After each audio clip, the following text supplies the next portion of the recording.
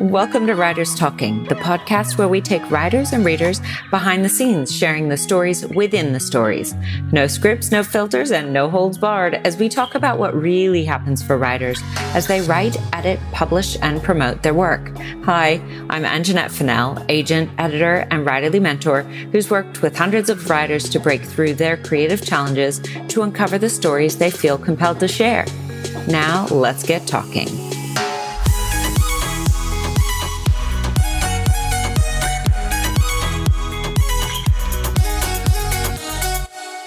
Katherine Berney is the director of the National Women's Safety Alliance.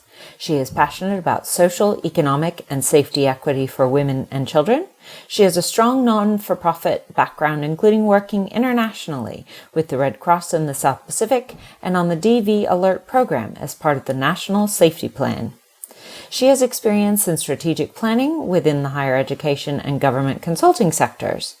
With a genuine passion to change the statistics for women in Australia, she understands the power of the women's alliances and the collaborative strength of the sector. Katherine is currently working towards her PhD in sociology under Dr. Michael J. Walsh at the University of Canberra. Hannah Robertson is a PhD candidate in gendered violence with the criminology program at Australia National University.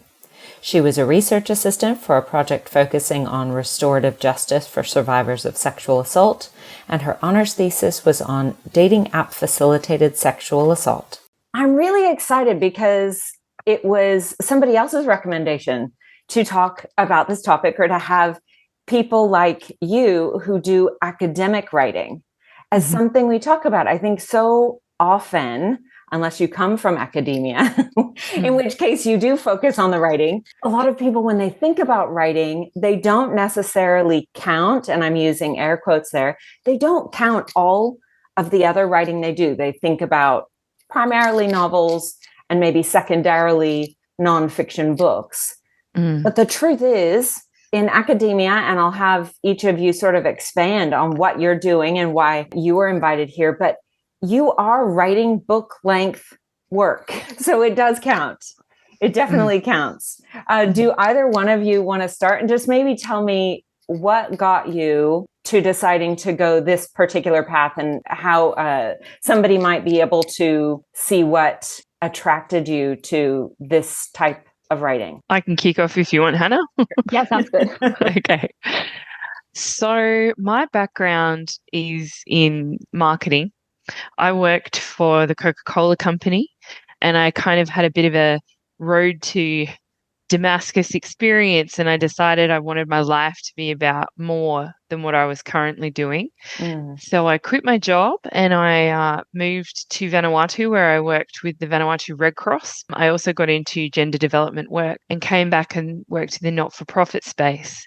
And through a lot of twists and turns, I've worked in gender-based violence education programs. And so my topic that I'm looking at is men's rights activism in Australia. Really, I've kind of ended up here because I did a lot of work in the domestic and family violence space. Yeah. Currently, in my day job, I'm the director of the National Women's Safety Alliance. And through my marketing skills, though, and campaigns, I interacted a lot with what is termed as men's rights activism. And I really developed this need to understand the motivations, to understand the ontological security without wanting to change people. I just want to understand.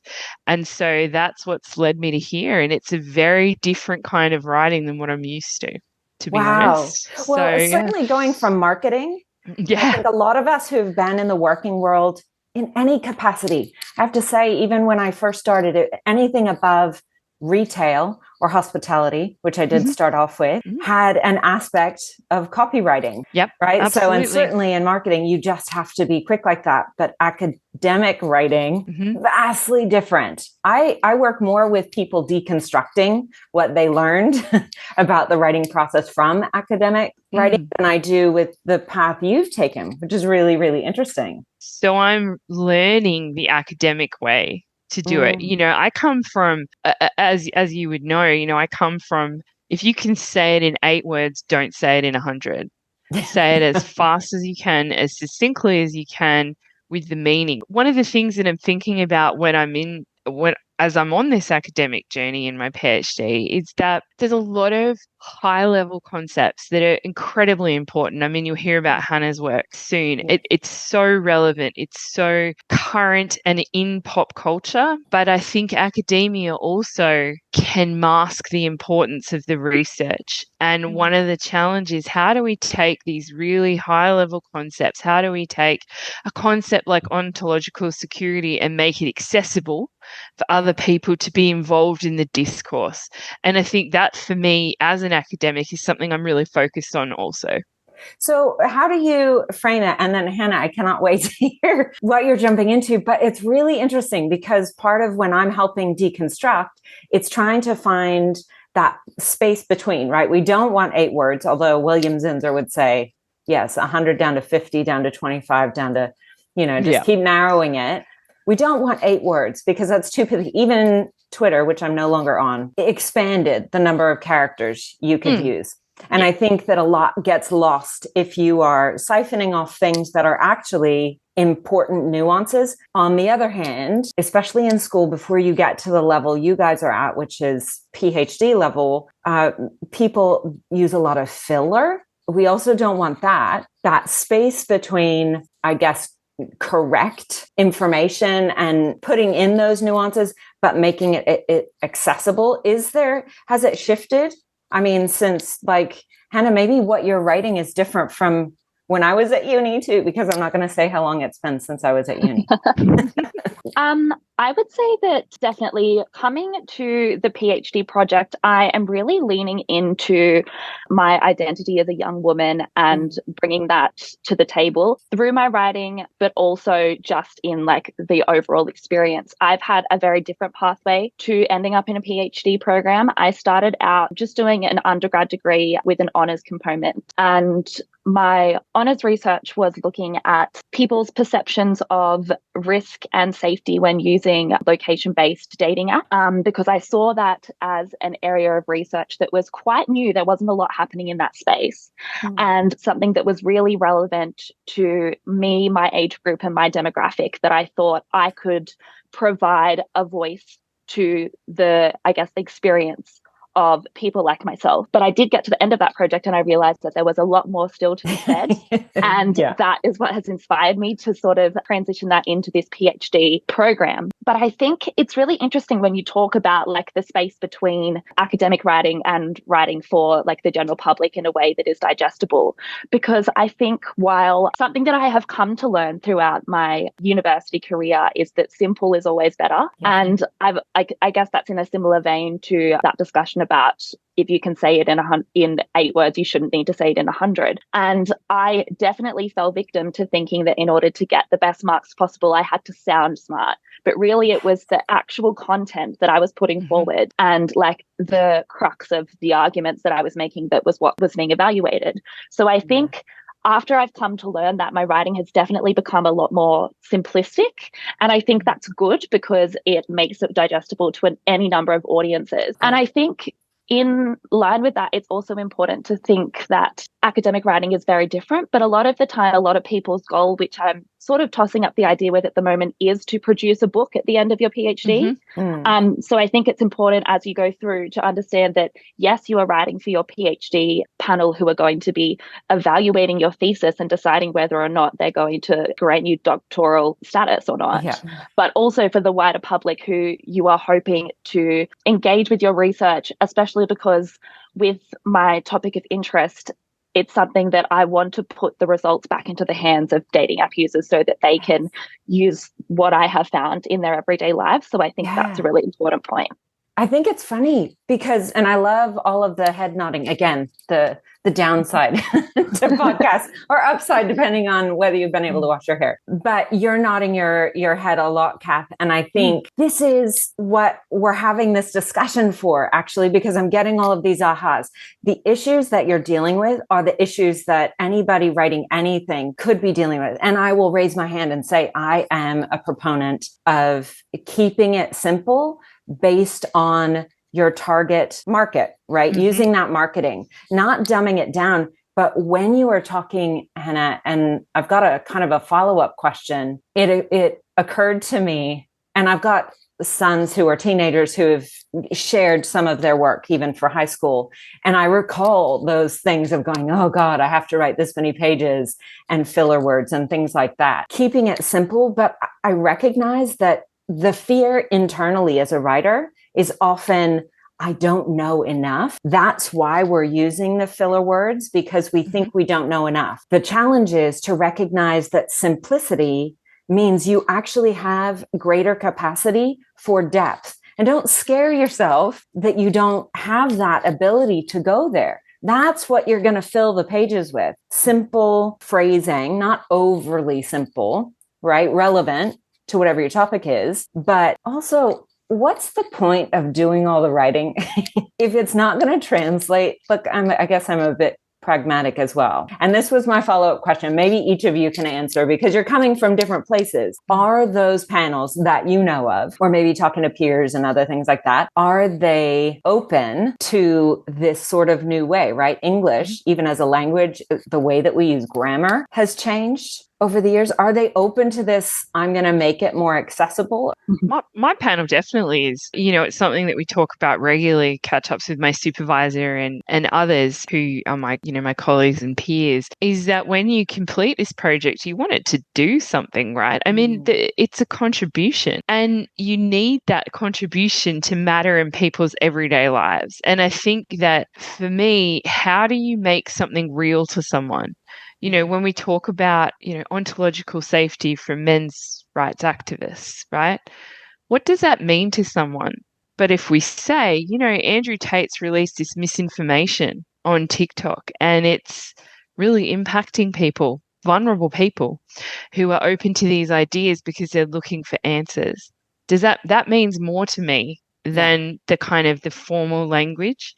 Yeah. And I think then it makes it a more relevant and topical discussion. And I think I know my supervisor and supervisory panel are really interested in that because that's how you're going to have impact. Research should be about impact as well. Yes, I hope. How about you, Hannah? Have you found that as well, that they're saying that's a good thing? No longer is it academia is up here and the plebs who read the books are down here.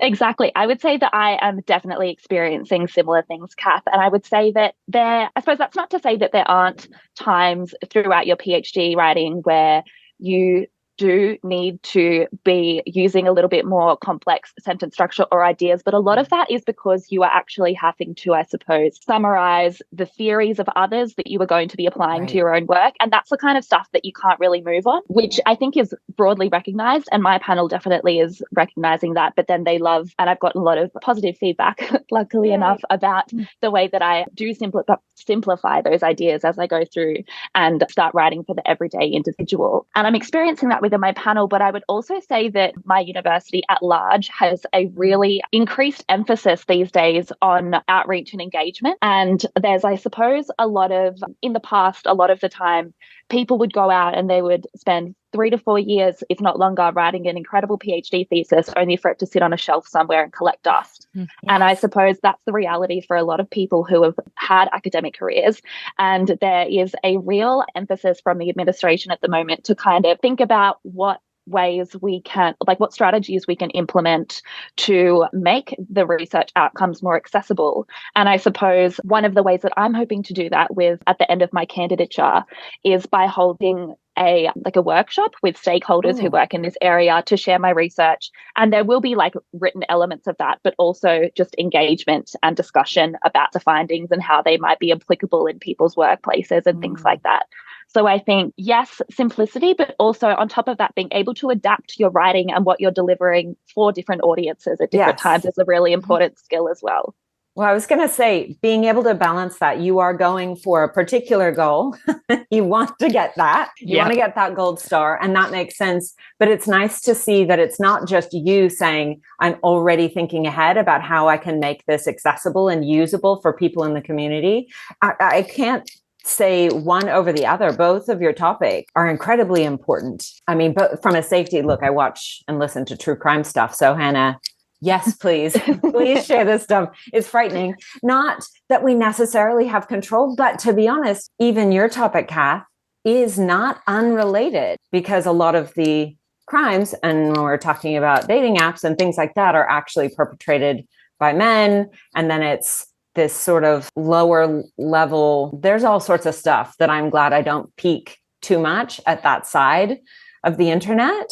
But these are both topics that are really, really important to get out to a wider audience, rather than say, if I were going to relate it to general novel writing, oftentimes I think that academic writing would be up there with, what can I say? It's not the upmarket, but it's like the literary fiction, the stuff. And I am going to be a little bit gender biased here. A lot of men in the days of old, like, I've written this amazing stuff and I've read the words and I'm like, will you just say it? And it's sort of almost like a, not verbal, but a written pissing match to see what magical things they can do with the words. And it has its place, but that's not what I'm going for. I'm going for a way to be moved and or transformed. And that's generally where people look down at more commercial fiction, or what we might call upmarket, which is like a combination of the two. Academic writing used to be more like, it's all like, I'm very intelligent and I'm proven that I'm incredibly intelligent. It isn't just about getting those references, because you're absolutely right, Hennett. Like, you can't not put it in how they put it, right? You're making references. You can't change their words. However, bringing it to a place where more people can be moved, their mindset opened potentially, and for both of you, I mean, culturally, societally, hopefully, at least you talk about discourse, at least opening up a bit more of the conversation than just having it one way or the other. When you were first talking, Kath, I was like, hold on, what does she mean? Because I don't see a problem with men's rights or safety. But of course, you have to know where they're coming from, like where the Andrew Tates are coming from. Mm. But I'm glad that you're doing the listening and I don't have to do all the listening to that. But I think it's when we think about women's safety in general, right, which is a core theme for both Hannah's and my work, there is room for every single person at the table to join the discourse. And once more, we need them. We need everyone at the table if we want to make change, because having a safer society makes a better society for everyone. Yeah. And that's, a motivation for me as well, is this idea that if we move past this polarizing world we exist in of simple binaries of good or bad, and if someone thinks differently to you, they're instantly in one bucket and the people who align with you are in another bucket, and never the two shall meet. I want to move past that and move to a place of understanding, which I think is critically important to make change. Well, I have a question too. So how do you take things that are obviously emotive, even though they're intellectual endeavors as well, right? They are, each of your topics is, but how do you take something that's emotive and how do you bring that to your actual writing process? And maybe just asking you, because every single writer is different, what does sitting down and writing pieces, or so do you have sort of like this many weeks, I'm going to turn this in. What does that look like? And how does that affect your process as a writer? Are you an everyday writer? Are you a binge writer? What does that look like? I might take that one to start, Kath. Yeah, of course. Because I am totally a binge writer and I have not heard that term before. And now I feel like I've met a kindred spirit, knowing that binge writing is common. And I often feel like I used to put a lot of pressure on myself to be delivering a certain amount of words each day. And I often found that I got quite burnt out having that mentality. And oftentimes I wasn't actually delivering the quality work that I needed to be doing at that time. So after, I suppose, changing my mindset, I've definitely become a binge writer. And I think that might sometimes be to my detriment. My mother has fielded many a stressed phone call or FaceTime of me feeling overwhelmed about the writing process. And she's had to talk me off a ledge many times. So I'm very lucky to have someone with her expertise in my life to fill that role. I'm sure it's reciprocal. I mean, as you get older, and I'm sure she'll be calling you saying, what did I tell you last time, Hannah? Help. Oh, yeah. Help. It's been fantastic having her. And we definitely are sort of moving towards a more reciprocal relationship with our writing, which I'm loving. But I think when it comes down to the PhD, it's a little bit challenging because there's not a lot of sharp deadlines that you have to meet until the very end of your candidature. So I think my supervisory panel has got to know me quite well and knows that I need superficial deadlines in place in order to get the work done. And that's worked really well for me. Something else that I think is really important, especially when dealing with, I suppose, challenging topic, is really planning out your work. And that I realize we're on a podcast, but I would just love to show you guys my window at the moment because it's got my whole literature review structure love that. written out on there because I just need to work from a plan. And after I've learnt that that's how my brain functions and that's how I can get the most out of my writing, that's worked really well for me. But I think that that's really interesting because I was saying before that my mum and I often talk about writing and like the different challenges that come with it, but we are very, very different writers. And in conversations I've had with her and even Nina Campbell as well about how sometimes a character will just appear on the page and they had no idea where it came from and it just starts doing something. I am the complete opposite in that I have to plan out every single thing that I'm going to say in order, or I just get like decision paralysis almost about what to do and how to attack things. I wonder if your experience is similar, Cass. It is. I think I'm a mixture.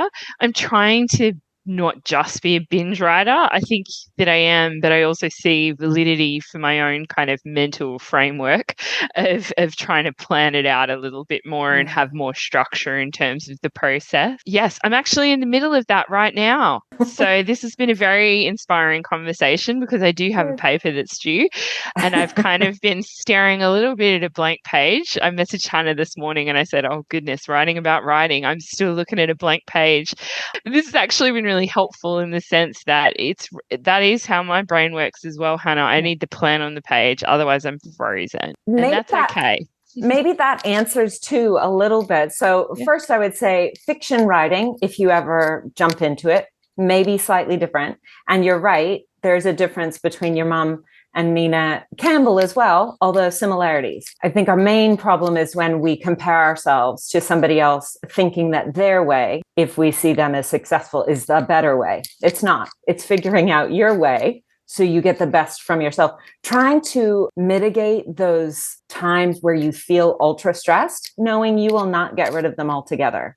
They're sort of inbuilt. And in fact, they can be part of that precursor, like deadlines, even if they're superficial. If you haven't taken before, I always recommend people take Gretchen Rubin's 4 Tendencies quiz, find out which one you are, and then find out the best way that you operate naturally, and then stop trying to hold yourself up to somebody else's because you don't know theirs. Or even if you do, they're them and you're you. But also what you're talking about, and this may answer that question for me, how do you take something that is, as far as I'm concerned, intellectual, but inherently emotive as the topics that you're both sort of looking at because you are women in the world, if you identify as women, or even people, if they don't identify as the gender they were assigned at birth, we are in this mixture place and things get brought up when we're looking at any particular topic.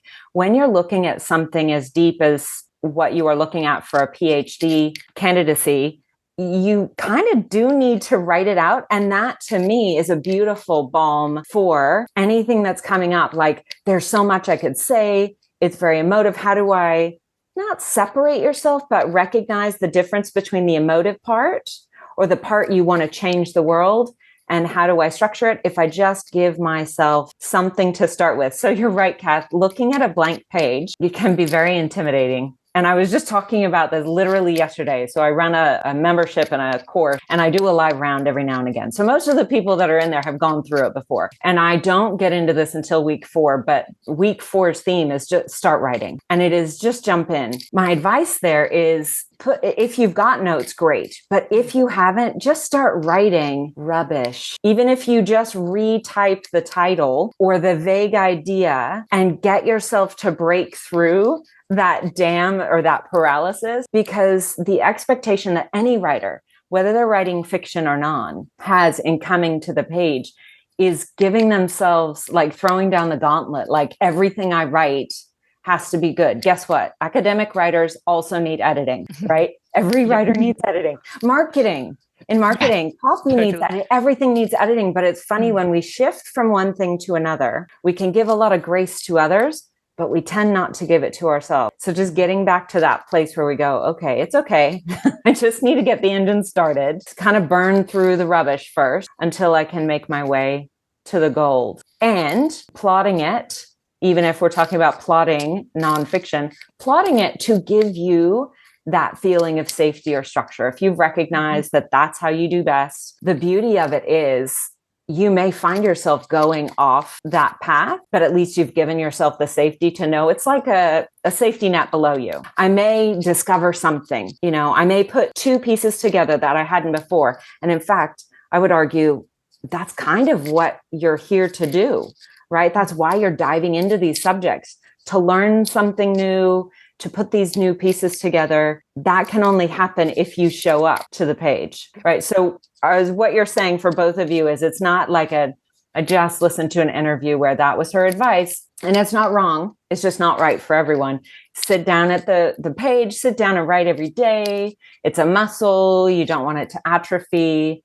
And I buy that. But I also know that many writers that they try. And in fact, the weight of that and their perceived failure is what's actually keeping them away from the page rather than not having inspiration. They're inspired. I would definitely agree. And I would say in addition to that, sometimes working in this space, being a PhD student in like the academic field can come with a lot of imposter syndrome, which I'm sure we're all familiar with in other facets of life.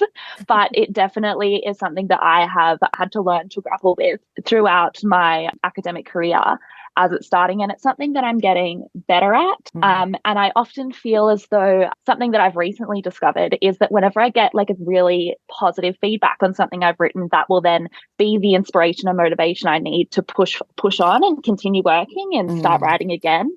But a lot of the time, if you're not getting that validation as you go and you just feel as though the world's spinning around you and it's all really fast paced, and perhaps you don't have peers to lean on in a PhD program, so it can be quite difficult. And for that reason, I'm very lucky that my mum has put me in touch with Kath. We've definitely bonded over this. So yeah, sometimes it can be quite isolating, and and that definitely feeds into that imposter syndrome. So when you do write something and it is well received and people give you incredible feedback, that does really help me as well, regardless of whether there's any structure in place. Sometimes on the days when I'm really feeling blocked, if I've got that feedback, I can just sit down and write and somehow it all works out. So you just do have to be flexible, I would definitely say. I have a question. Do you save those pieces of feedback? Do you have a file? Or I don't, but that might be good for me to start doing so I could look back on them whenever I'm feeling a bit down in the dumps. Yeah, I think only because I'm always wary of setting up a structure for any of ourselves that we're beholden. So then, I don't have that coming in, and you can't be guaranteed. I mean, you could try to just go, I really need a boost. Let me just go share some work real quick so somebody can give me some good feedback, which is perfectly fine too. But putting in little tiny habits, because also this just happened with a writer recently, got 3 judges' feedback in a contest. 2 of them were good. And one of them was beyond the pale, really not good. So it was not personal. It was not that person's writing, because I've read it, the writing that is. And so, but the one she was focused on was that one. And I said, isn't that interesting? You led with these 2 had nice feedback, probably still constructive, right? But it was accessible. And then this 3rd one, that was the one she was focused on. So the way that our brains work, setting yourself up, these little things, you don't have to think about it at the end of the year. I'm horrendous at this, by the way, just raising my hand. If somebody says, what successes did you have this year? I was like, did I do anything this year? I'm not really sure. I'm pretty sure I didn't do it, because as soon as I do it, I'm on to the next thing.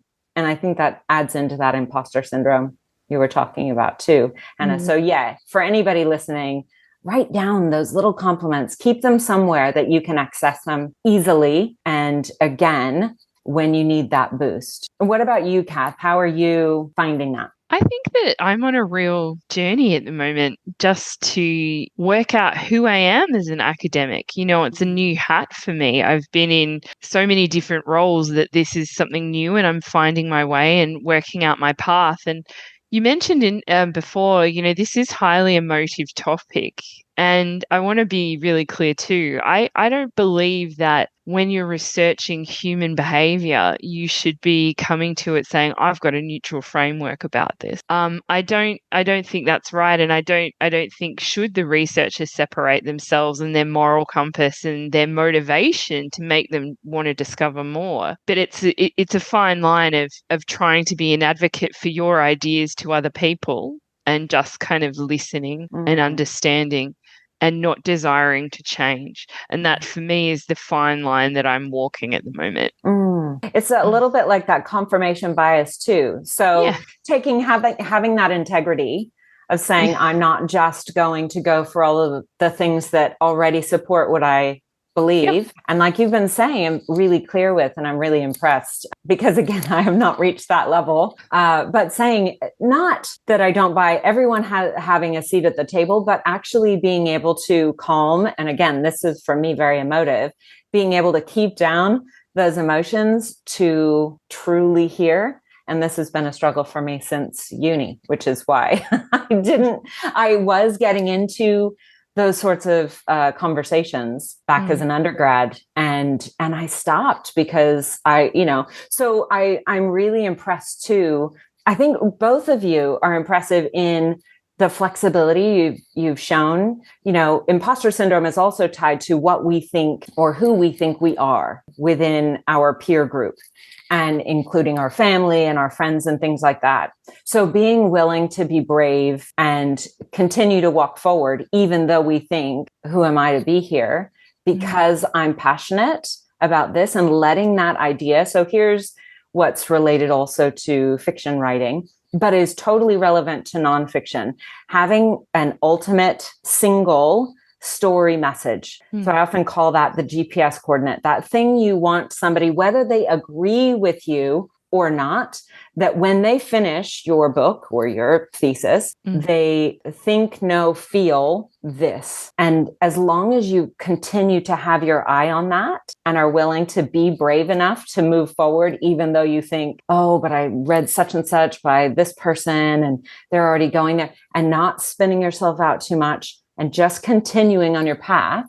And I mean, Kath, you'd already mentioned too, changes throughout your life, right? And being led. And again, that's bravery. That's what we need with all writing.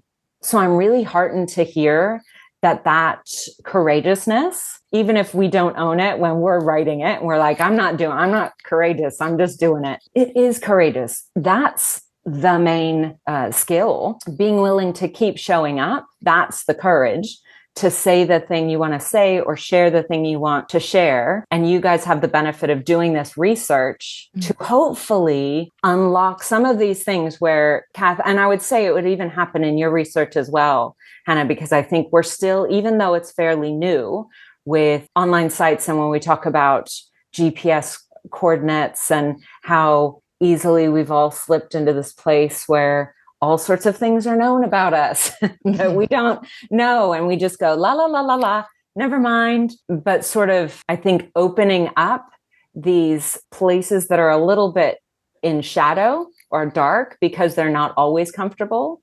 And then finding a way to share it with as many people as possible on both sides.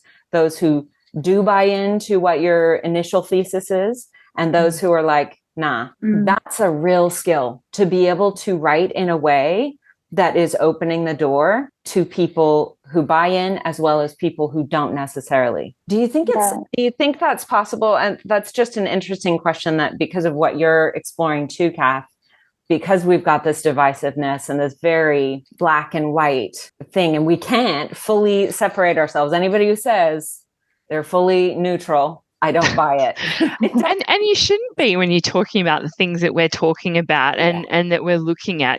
You know, it would be impossible. And I think you would only be really looking surface level at things then. Right. And not really either challenging yourself and your beliefs, or challenging yourself to understand other people's beliefs without a moral judgment or on that person. I think, yeah, it's a tough one. I mean, Hannah, you're looking at some really tough stuff too. I mean, do you feel the same way?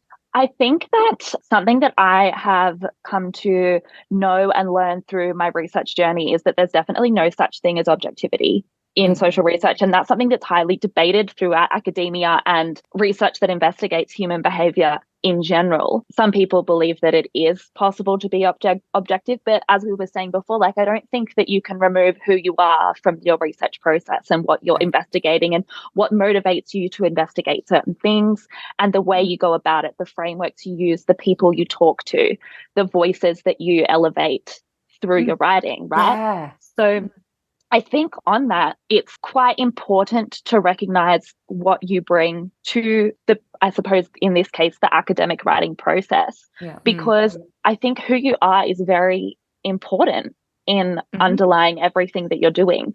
And when it comes to criticism, yes, that can be quite challenging because you almost want to separate who you are from your work and your writing because it's just a coping mechanism. It's easier to deal with it that way. But I think at the end of the day, both Kath and I wouldn't be here in this position doing PhDs that are in this gender-based violence area if that wasn't something that we were so passionate about and we had been on a trajectory throughout our lives to end up here. And we should do justice to that, I think. Yeah, and honor those experiences, honor what's led us to this point. I think, when you're thinking about spheres of influence, right, marketer, let's talk, you're always, I think one of the things that I've learned in my career, which hasn't been an academic career, is that you are always going to have spheres of influence positively and spheres where you have no influence. And the reality is, if you have no influence in that particular sphere, it's nothing to do with you. And it's kind of that whilst these are your ideas that people are saying, no, it's not going to work. No, it's rubbish. I disagree. Well, there is and that's okay. There's a market for it, right? They're not the person. It's sort of like dating as well. There are certain people, they're just not for me. And I'm going to guess I'm not for them. But either way, that's not a fit, and that's totally okay. They're for someone, right? So it's what you're both talking about too. I think this is what I admire, is that you're stretching a little bit beyond what we normally do, which is I'm going to try to look to those places where I know, and this has a question in it from me, but I know where I've come from, or I've explored it a little as I'm looking up all this research. And I'm like, why do I have that reaction? Why do I have this reaction? You come with that particular schema and you're still trying to share further beyond what you take for granted. And again, this goes back to that confirmation bias and trying not to always just stop there at that surface level. To your point, Kath. In academic writing, I didn't have to do that as my capstone project in psychology. So my background, by the way, is I have a degree in psychology, but with major emphasis in women's studies, anthropology, and sociology. So of course, this conversation is my jam. Do they have you? Do you ever outline anything in the writing that you're doing academically? Is there any, even in a sentence or a few sentences, do they inquire to find out, or is it just supposed to be sort of the subtle shade underneath that they'll understand where you come from? How do you introduce I recognize these are some of my biases, and how does that go in academic writing? I would say that broadly, the world itself, human interaction, it's very complex, and you can come at things with different frameworks and from different angles and perspectives. And I think that the most important thing that we can do as researchers is just to make sure upfront that whoever is reading our work is aware of the scope of that work. And in saying that we might be generalizing to a specific subgroup of the population who might happen to experience this phenomena more often than others. And I suppose doing that is really important for a number of reasons. First of all, to kind of be upfront about that sort of stuff and the way that you're coming at this issue, and acknowledging that there are many other ways that you could approach it. And then you often will have to, in your writing, justify your reasoning for why you're approaching it in this specific way. Yeah. But also, in addition to that, something that I'm finding is that I, throughout my research, do really want to elevate the voices of some more vulnerable populations, like the LGBTIQ plus community, who experience a lot of victimization in this space and perhaps haven't had that opportunity to share their experiences and be understood in that way. So I think it's important, yes, on a broad level, to just say, this is what I'm doing and this is what I'm not doing. But also, I think it's really important for the communities that you're engaging with and researching, because the opportunity to have their voices heard and shared is something that doesn't happen so often. So when it does, I think that that's really important and beautiful. How do you approach that sort of stuff, Kath, with yours? When I look at my PhD application, it kind of makes me have a bit of a giggle because I wanted to change the world. I was going to change every single cross-cultural issue that existed. And what I've taken from my time, and I have an amazingly generous supervisor who is one of Australia's best sociologists, and he said it's about getting to the nut of your idea. Yeah. What is the nut? What is the granule of what you're actually trying to understand? And you need to keep refining, because in 100,000 words, I'm probably not going to fix the entire world.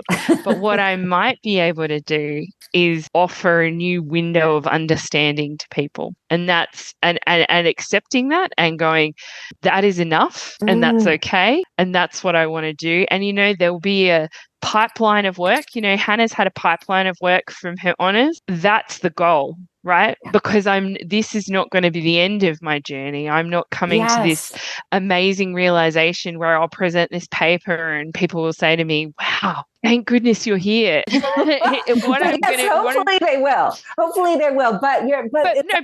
what I mean is you want that. Of course you want that when it's something you care so deeply about and so passionately about. Of course you want that.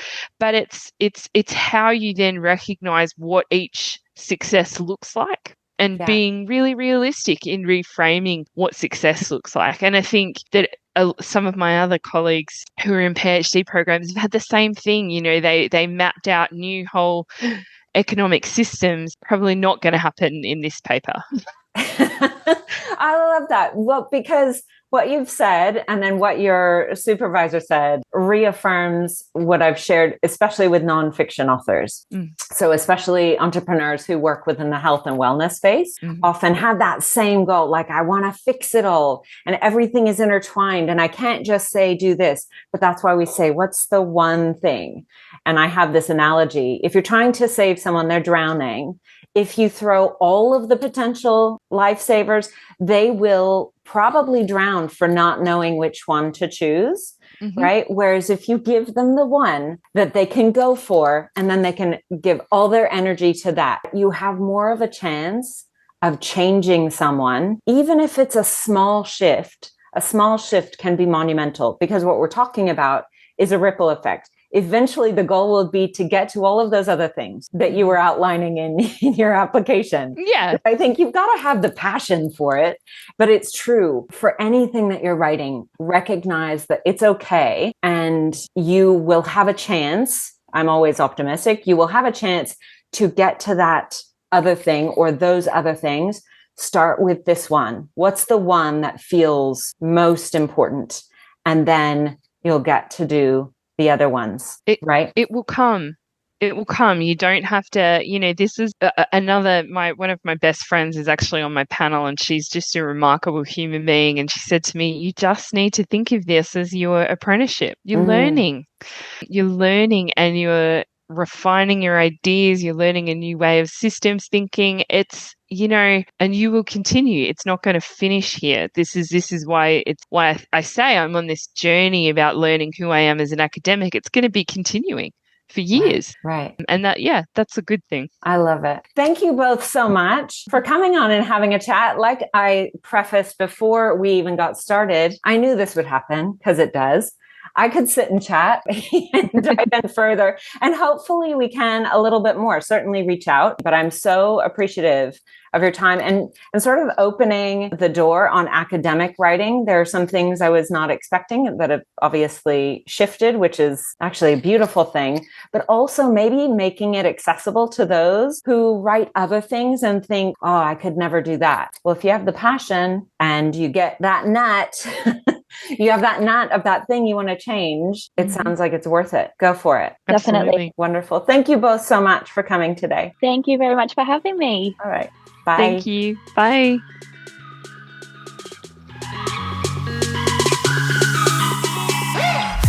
Thanks so much for listening to this episode of Writers Talking. Join us next time for more writers in conversation as we delve into the writer's process, their passions, and a little bit about their books. Don't forget to subscribe on your fave podcast player and follow us on Instagram at writers_talking_podcast.